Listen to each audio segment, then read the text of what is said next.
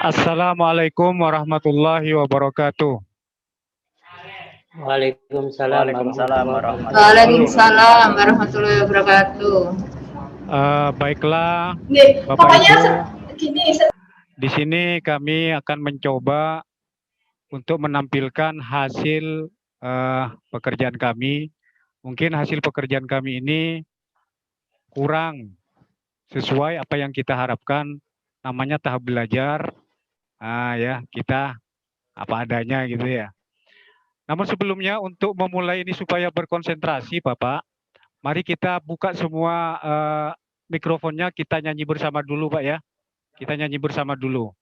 Yaitu nyanyiannya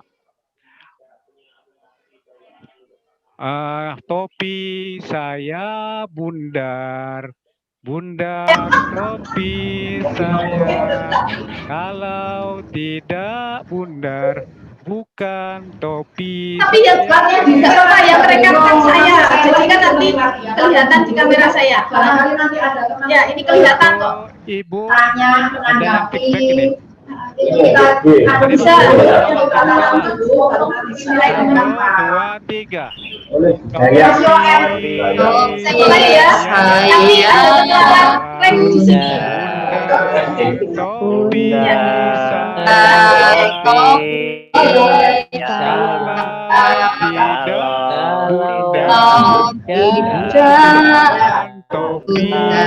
Saya bukan topi saya.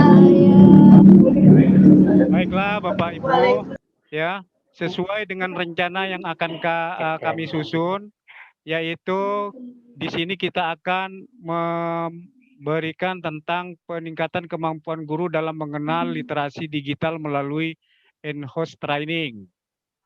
Ya. Sebelumnya tentunya Bapak Ibu sudah banyak tentang literasi digital yang telah Bapak Ibu kuasai. Coba Pak Tris, barangkali Pak Tris atau Pak Alimin atau Bu Ita, ya untuk memberikan sedikit pengetahuan tentang apa yang sudah dilakukan di sekolah Bapak mengenai digital ini untuk peserta didik. Silakan Bapak gantian, barangkali ya. Pak Tris. Oke, terima kasih Pak Sam atas waktunya. Ini kalau di sekolahan kami dan saya sendiri, ini pembelajaran selama daring ini selama kondisi masih pandemi juga menggunakan secara online penuh. Ini yang pertama, ini yang sering kita gunakan adalah menggunakan Zoom, menggunakan Viber, menggunakan Google Form, menggunakan Google Classroom. Oh, sudah banyak sekali itu. Juga menggunakan Kahoot. Terus ada juga dari ini dari apa namanya form pembelajaran ini yang kita beli dari tetangga kita. Sebenarnya tetangga sekolah kita juga pembuat apa namanya aplikasi ya, pembuat aplikasi. Ini namanya adalah namanya apa namanya anak-anak itu AIO ya, namanya AIO. Pak ya.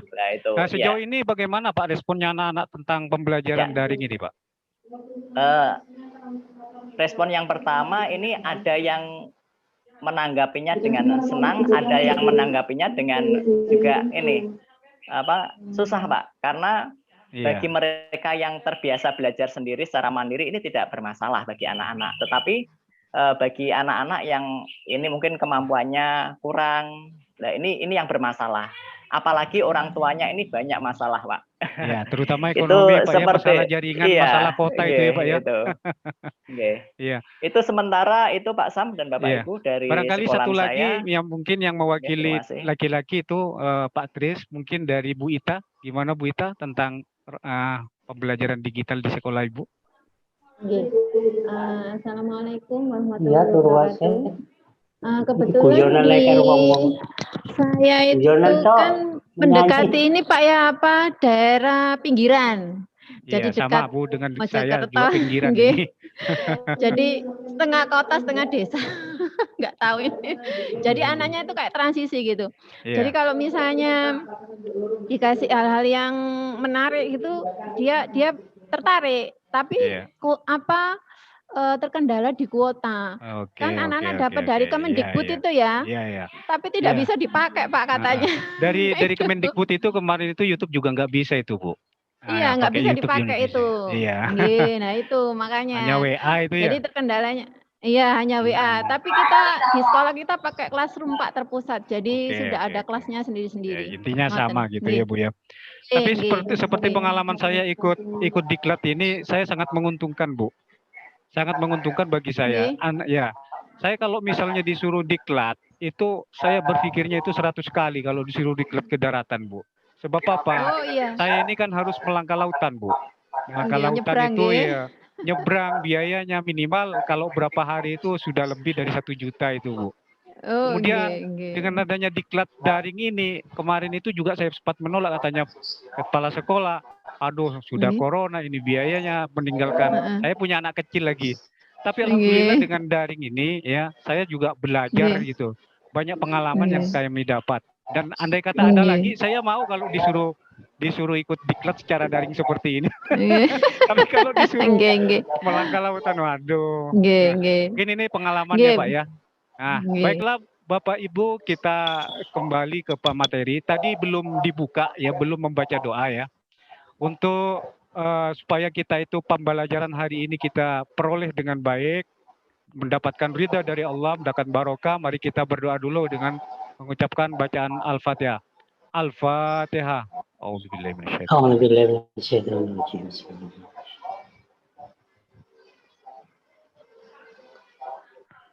Ya, berdoa selesai. Lanjut Pak ya. Lanjut. Sekarang kita lihat pada PPT kami yang kami tampilkan.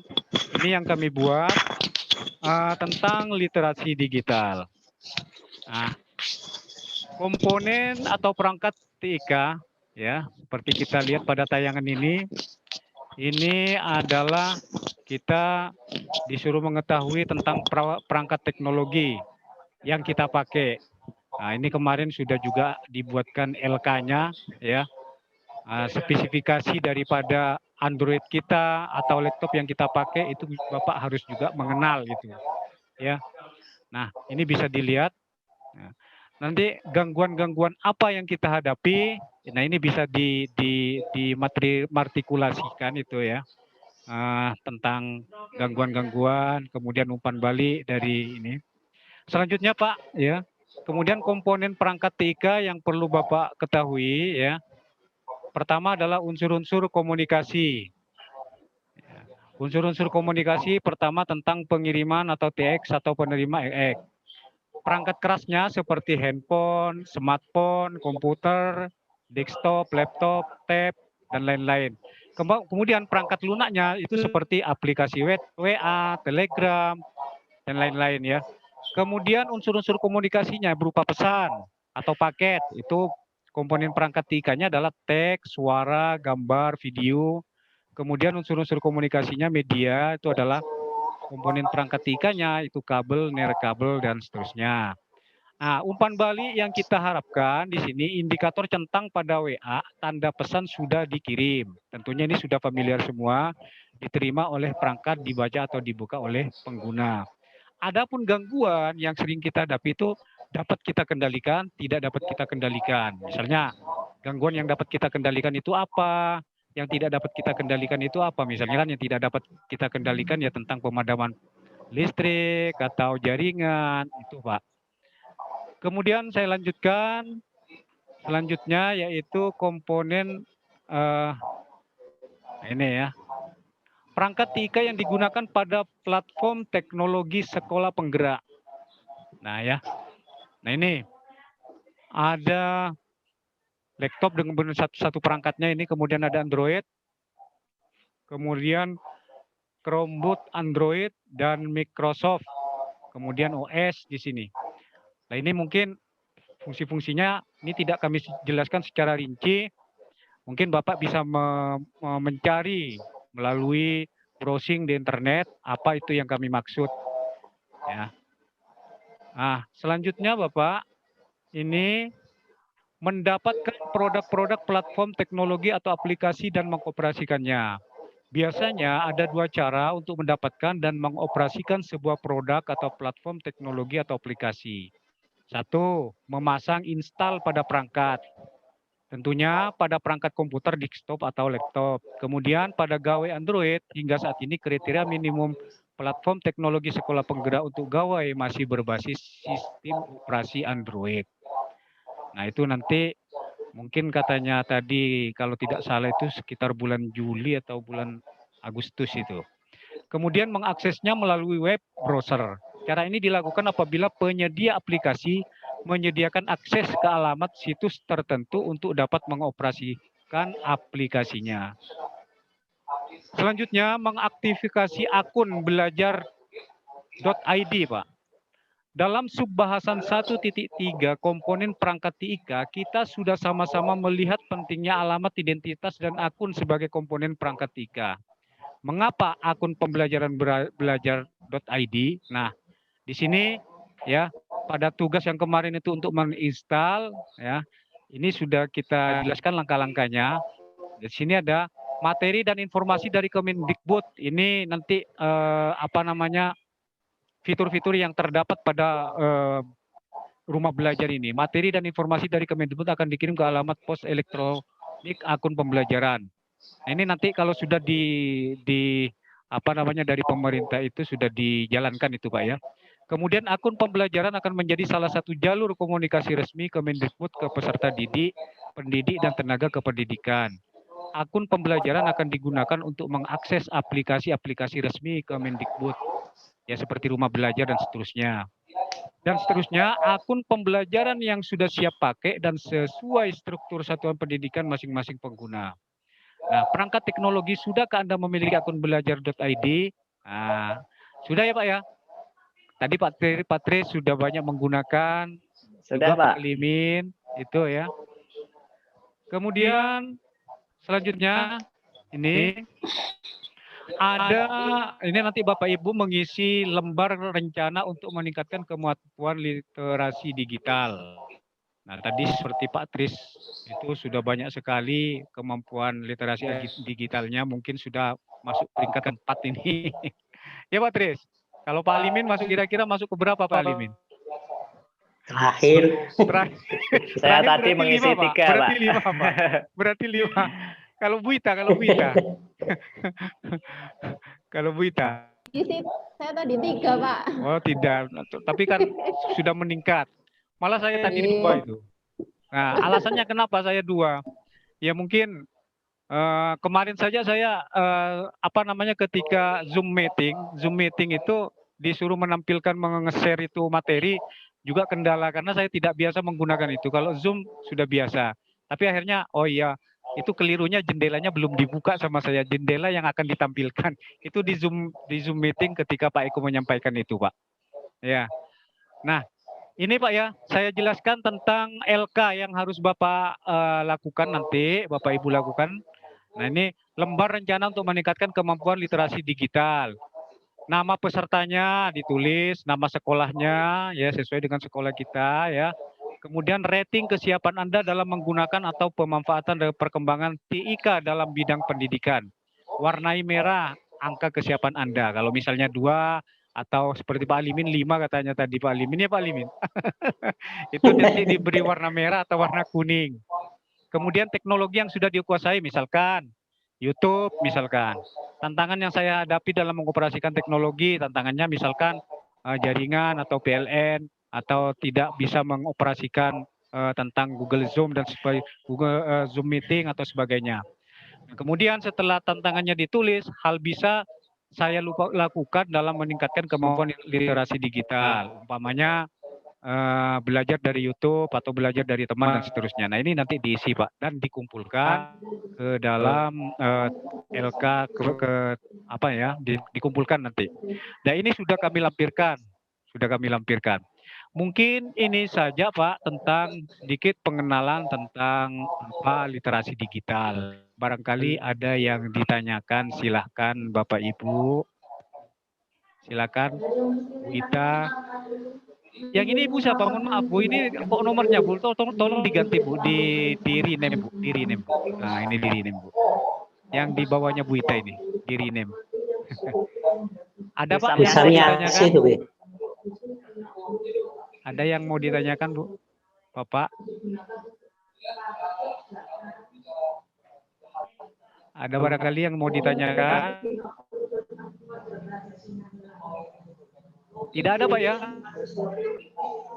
Ya memang sudah cukup bagus Pak. Oh, ini, Pak.